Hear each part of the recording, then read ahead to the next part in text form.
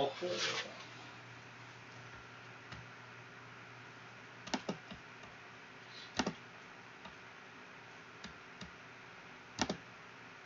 There we are. Howdy. What's up? We're going to try this again this week. We got the whole computer thing set up. Let us know if we sound okay. I think I got the volume about where it was at last week. I got us physically plugged into the router with a Ethernet cord, so hopefully it don't drop, but you never know. This might take a few weeks to kind of figure out, but let us know what's going on, everybody. What's up, Brad? And another Brad, and Larry, NPL Ram, and Larry, and everybody else. But yeah, hopefully this works. I think with us plugging it in like normal, we're good to go. But we got to talk about news of the week. News of the week is TJ's and blasted a deer. Yeah. And with this fancy setup, I'm able to show y'all. Let me show you what he's done here. Uh-oh. He's blasted this deer right here. We're going to need a congratulations in the comments. He, what was it, Monday night? Monday night, yeah. Monday night he went. The thing didn't run but about 50 yards, shooting those raptor trick broadheads. Mm-hmm. I was really impressed with them because it was not a very good shot on my end. But there's one twig in that tree, and I swear that I hit the twig, but I just can't blame it on that. I think I might have pulled a shot or something, but he didn't run but 50 yards and piled up, so I was tickled over that I didn't have to track all night. Heck yeah. I got the text, and then I didn't get a text for a little bit, and I was like, uh-oh. And then I got the picture, and I was like, oh, man. Yep. But, heck yeah. Yeah. We will get into our questions, and if y'all got anything to talk about, put it in the comments. We'll jump back and forth between stuff people's emailed us and comments on here like we normally do. And we'll get this party started. First one I got is from Jack and says, how far is too far deer hunting? That's a good question, Jack. I'll move that just a hair that way. I don't know. I mean, for me, about 40. But then you get to thinking about all these people out west that are shooting these speed goats and stuff at 60 and 70 yards. I know it's a little different out there, but like, I don't know. 40 is pretty much what I always try to stick to, though. I've broke that rule a couple times, but not by a whole lot. Yeah. And it's not that I'm not confident making the shot. It's that I don't know what that deer is going to do in the time it takes that arrow to get to it. You know what I mean? So, like, I'd rather be as ethical as possible. Somebody said, what was your arrow set up for your deer? A Spartan 300 spine. I think it comes in at 420 grains total arrow weight. So nothing heavy, just pretty much a standard setup. As far as how far is too far, 50 yards is my max, but conditions have got to be perfect for it. Just the situation's got to be right. But I mean, like that deer right there, he come into 20 yards. So I don't think I've killed a deer past 30. Man, you know, I've missed some at 40, 45 yards. So, you know, it's just, you get too much past 40 and there's too many variables depending on where you're hunting at, the terrain you're in. I like to hunt hardwood, so. What's up, Richard? Let's see. Next question I got comes in from Mitch. Is there a strand calculation according to bow poundage or just a set number?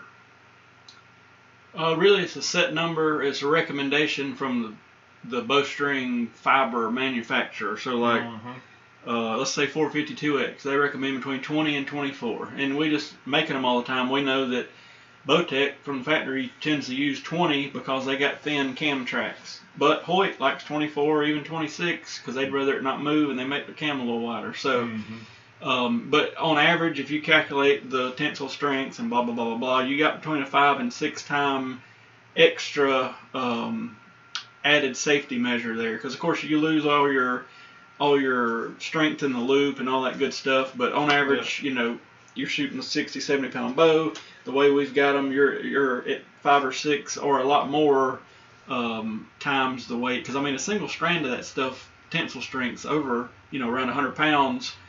But like I say, you lose a lot of that in the loop and this, that, and the other. So on average, you know, you're running between, according to the material, 20 to 28 strands. And so that, hopefully that, so in other words, you can potentially take a few strands out if you needed to for whatever reason, or add a few strands. Sometimes we do that for knot fit and this, that, and the other, but you don't want to get too wild. Brad said he hit a limb shooting at a doe Saturday night at 18 yards. That sucks. Yeah. Yeah, he's using a standard insert on his Spartans. Let's see, I'm having an issue with the 2020 carbon ball. It has a picture to the left about 10 inches, and I'm very, very upset. I'm not sure what a carbon ball is. Carbon, what could autocorrect have messed with, and what to think on that? It wouldn't be an EVL, would it? I don't think. Not a 2020. It could be. Give us some more information, T.O. Ram. Yeah. What else you got? Let's see. Let me get back out of here. Get back over with y'all. Hal asked, what's your ideal let-off? I stick to about 80. I mean, that 90 feels good or whatever, but you get sloppy with your form and don't even realize it. And I know this for hunting. People love 90 and all this extra let-off, but it just, there's so many, we see it more now than ever. There's so many little things you can do with your grip and not realize it and make these bows shoot weird. It is. It's really, I prefer 80 myself. 80 to 85. I like that range because it still keeps me honest with my form and everything. Yeah. Let's see here. David asked, any word on 2022 bows? Not yet. I meant to call, we were just talking about it before we walked in here. Bear typically releases like right now, and PSE does as well, but PSE's already told us. We do know a little bit about a PSE release, but I can't say anything yet. Yeah. But PSE said we're going to wait till the ATA to release most of our products, so that's PSE. Bear usually releases, last year they released today. Yeah. But we hadn't heard anything, so I need to find out. I feel like in the next week we'll hear about Bear, and then hopefully a week or two after that we'll have them here. Prime is usually mid-November. Matthews is normally mid-November. Hoyt's normally about the same time. Bowtech will be ATA show January. So that's kind of all we know. Maybe this time next week we may know a little bit that we can talk about. Let's see. When's the next bow giveaway? I'd like to contribute a sight, and that's from Arlen. I don't know yet. I got to come up with a used bow to give away and all the stuff. I'd like to do one maybe in another month or so. I think the one we just gave away, I just seen on the tracking number earlier that it arrived today. So maybe we'll get a cool video of him getting it or whatever. We'll see. But I just got to find a bow. Every now and then somebody will come around with an older bow, kind of like what we gave away last time, that I can get for pretty cheap. So as soon as I can get my hands on one, we'll do it. Speaking of used bows, I've still got that Elite Tempo that I did that video. It was in that video. The used bow is still out there. It needs a home. Call us if you need it. I think it's got a QAD Elite Rest, a Trophy Ridge sight, and all that good stuff on it. Bear is October 5th. So, okay. So I need to call the rep and see. He should be by here with those. Yeah. Samuel's leaving in an hour, headed to south central Iowa. Heck yeah. Ooh. Oh, a 10-inch tear is what POM said. Okay. But he said he went from 80 to 70 pounds. Wonder if it had anything to do with it. It could. it's hard to say without seeing the setup. You know, typically if you just said right, went up in poundage, I would say maybe. Usually if you're overspine, you can get away with it, but yeah. a lot to do with center shot and all that. It's hard to say exactly what it could be without seeing the bow. But yeah, we'll know some bear information next week. And if the rep happened to be here, whether it's a live night or not, we'll still try to video it and try to at least get some, quick information out. And then once we get them in, last year it didn't take long. It only took a couple weeks. We had a bunch of them, so we'll get all that to y'all as fast as possible. I got Mike here he says, I'm getting older. Give me crossbow purchase advice. I would say, we were talking to a guy earlier. I don't know if they're a pain in the butt to cock if you don't have a crank at this point. You know what I mean? Because crossbows have went on up in poundage, and even with the rope cocker, you're still bowed up. You know, so I mean, if I was going to buy a crossbow right now, if I was going to have to, for whatever reason, put down my bow, and it'd be just crossbow, I really think it'd be a Raven. There's a lot of controversy, or I don't know if it's controversy, but people don't maintain them, and I've seen them blow up, on these Facebook groups and all that, and we keep having them dropped off here, and they'll be like, oh, I've shot it for 3 years, and the cables are either broke or about to break, and that's that little bitty 6.5-inch crossbow that shoots 450 feet per second. You've got to change the strings on it about once a year, maybe sooner. You know what I mean? A guy called me today and said, hey, I put 100 shots on my crossbow last night, and I noticed the knock's not fitting as good. No shit. You know what I mean? This thing is incredibly powerful to be so small. Yep. And you can't just shoot it. Even with a regular, like, we've got those Bear Intense crossbows in there.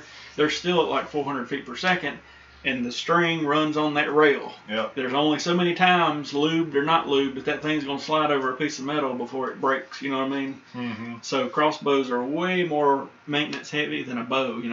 I've seen bows come in with a 20-year-old string, and people still shooting them. Yep. And then we've rarely get a crossbow in that ain't exploded in a grocery bag. But anyway, I'd buy a Raven if it was me, because you got the crank, it's fast, it's compact. They're a little pricey. You're going to start at around $1,000 and go up. But if it was like no bow whatsoever, I need a good crossbow, Raven or 10-point. Yeah, I was going to say 10-point. I mean, and that's kind of a hard, because, depending on what price point you want to be at, I mean, a price point bow, you can get into center point. You can get into some of their stuff. You can get into the Bears, their crossbows. Wicked Ridge, which is a subsidiary of 10-point. I know they make some, I've seen a lot of Wicked Ridge stuff this year, so just depending on what your price point is. Larry said, replacing center serving, can you do it on the bow, or does he need to take it off and put it under tension? Ideally, you take it off and put it under tension, but you ain't got to. There's a thing called a U-serve. If you want to see it, I can run there and grab it in a minute. We hardly ever use it anymore because we just take it off because it's quicker the way we got our setup. But what it does is you kind of put it on top of the cables, and it picks the string up enough to where you can just spin it real quick and gets out of the way of the serving jig. They come in really handy, and I think they're only $10-20. Chuck asks, what will it cost me, and what do I need to get into traditional? For about $200 or less, you can get a Samick Sage with about 6 arrows of feathers and a tab or a glove and a little, hip quiver and all that sort of thing. So $150, $200. I mean, there's some Chinese stuff. I've actually been meaning to test a few of them, but there's some Chinese stuff on Amazon. I don't know if it's good or bad. The Sage comes from Korea, so it's overseas too, but we've never had any trouble with them. But just the bow runs you about $140, but you got to get arrows and either a tab or glove. I would recommend a glove. A tab sometimes is a little sketchy. I don't want to say sketchy, but it's just different. With a glove, you still got your tactile feeling and all that, if it's sized right. But anyway, yeah, it's called a U-serve. I think Neat makes it, N-E-E-T. Yep. I think Bonin made one too. They used to sell, I know I seen them a while back, they had like a at-home repair kit that they sell at Academy or box store that had the U-serve, a jig, and that stuff in there. Bruce said he saw the 2022 Dart Inspector E compound bow on Lancaster Archery. Devin, I think he's still on here. He went and shot that yesterday and said it felt real good. We can get darting, but I've got a real good friend of mine that's 20 minutes away with a darting dealership, and I know most people's never even heard of a darting. He's been a dealer for 30 years, and I would never compete with him, I guess, or at least until he retires or whatever happens. But Darton's is a sleeper, you know what I mean? They've always made good bows, and you don't hear a bunch about them. We have in this area because of Dwight. And I don't know if y'all probably know this, but Black Eagle bought out Darton. Rex Darlington, who owned Darton and has all these patents. We seen him 2 years ago. He's old. Yeah. He's old. So he sold it to Black Eagle. They're still making them up in Michigan, but they're running customer service out of Georgia. So anyway. Yep. Let's see here. Larry asked, I'm hearing a cracking sound on my DXT. It's not the cam and not the roller. Any ideas? It could just be the limb pocket or something. I mean, I don't know. I'd have to hear it once in a blue moon on a bow getting older. You know, we'll take the limb pocket or under the limb and put just a little sliver of white lithium grease and give it some. But you don't want to go crazy. Like PSC's the worst. Yeah. We'll get new bows from them, and lithium grease will just be peeling out of the limb cup, and that attracts dirt, and it's a big nightmare. And they're just not wanting to squeak, I know, but I mean, it's like some cat was on listening to Bob Marley, you know what I mean, and smoking him on at the factory, and just blasting that white lithium grease. Other Larry said, what is the servant equipment that Last Chance Archery makes? Any experience with it? We have tried it at the shows. For the money that it costs, that big wheel thing that puts tension on it. Yeah.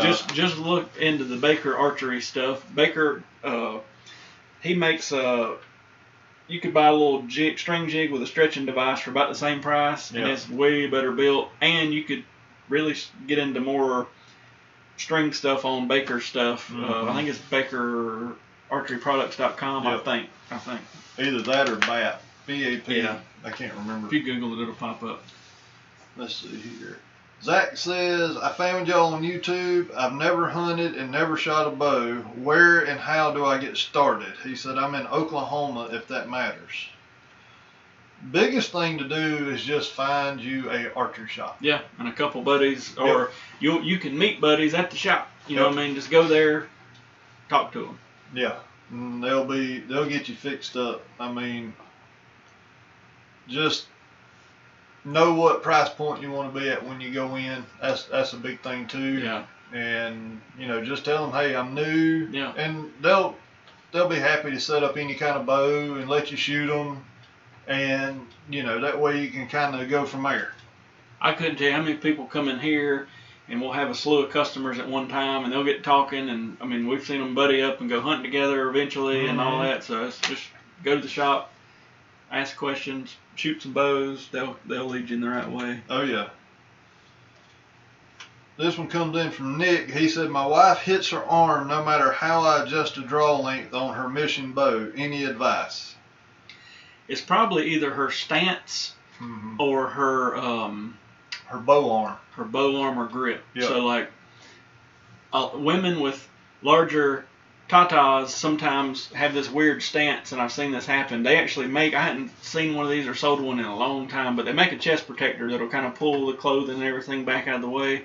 But if she's like super duper square to the target, you can tear that arm up. You know what I mean? We like to do more of an open stance that gets you out of the way. But then if you grip the bow, it rotates your arm in too far.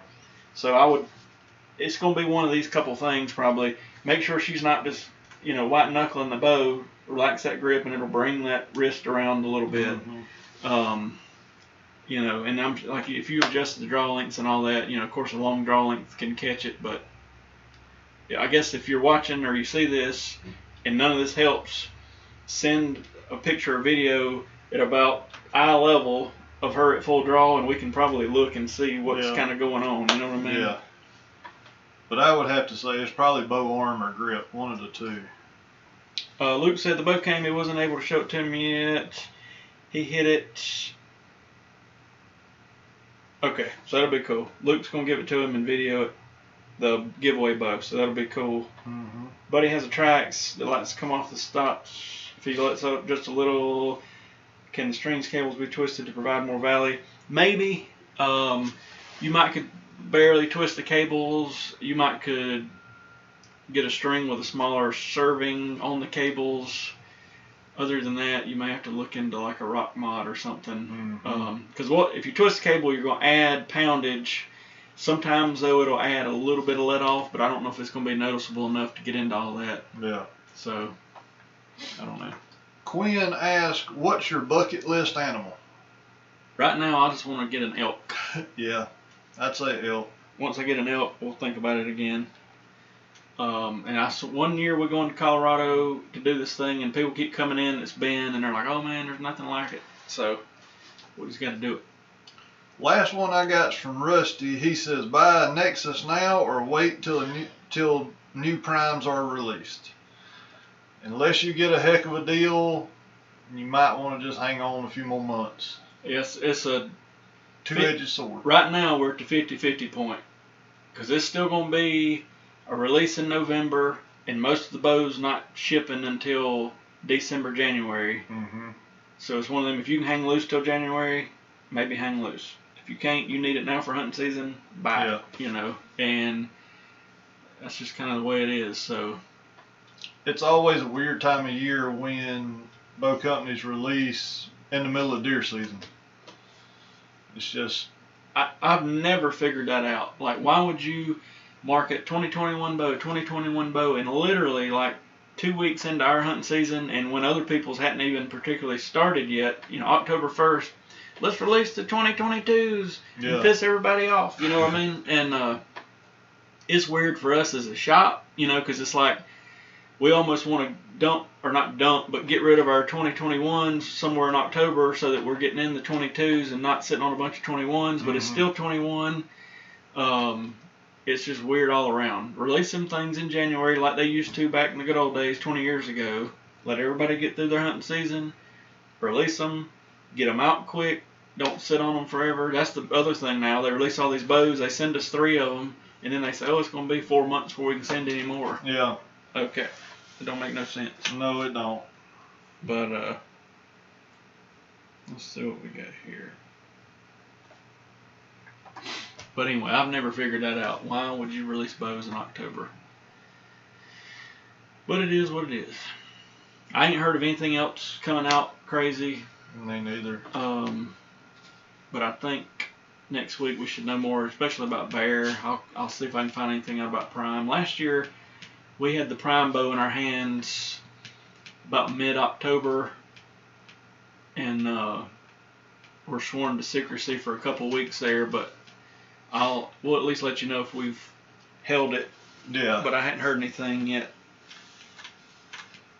Yeah, a lot of these people, a lot of your like Chris B's, your Michael Waddell's, your pretty much you guys you watch on TV or what guys and gals, they're pretty much like right now they're hunting with the brand new 2022 bows. Because the shows will come out in a couple months, and they gotta have the new bow. It's just like Doohickey, old John Dudley had killed an elk, and a bunch of people have seen it. About 50% of the people seen it when I seen him post it. They blurred out or kind of took the bow out of the picture or whatever. So he's obviously shooting this new one that we know about, but we can get in some serious stuff. We can't say nothing yet. Yeah. But well, that's like what was it, a few years ago when Levi switched from Elite to Matthews. They literally had to take the bow out of everything. He was posting his pictures with no bow at all in it. Yep. So anyway, but yeah, from what I understand, most of these companies have the bow prototyped about June, and then they have production models out when hunting season starts or a little bit before for these fancy people, and then November, December they actually unveil them and ship them and all. But anyway, that's all I got. I think that's all you got. Yep. So we'll get off here, but at least our live stream didn't drop tonight, so we know this works. We'll probably start doing it this way. I still got a few things to fix, but I was making sure it worked. Yep. Using the fancy camera and the computer, and we can put pictures up like this one of TJ right here. Watch this right here. Y'all ready? Oh, there he is. There's the logo. And we back. That's just fancy right there. I just need to move the computer closer so I ain't got to stand up there and do it. But thank y'all for tuning in. Oh, yeah. We got the Grim Reaper, one of the stainless steel models we're going to test this week. So that'll come out Sunday or Monday. And then all kind of good stuff. So let us know if we can help. And we'll keep y'all posted on everything with stuff starting to come out. And we'll probably see y'all tomorrow. Yep. See y'all.